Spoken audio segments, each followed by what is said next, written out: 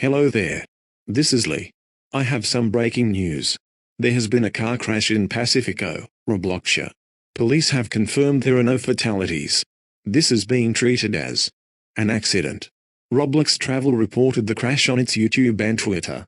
I can confirm that the person in the blue car is Metal 12368. He crashed into a white car. And he also flipped his car over. Awesome boy has suffered injuries.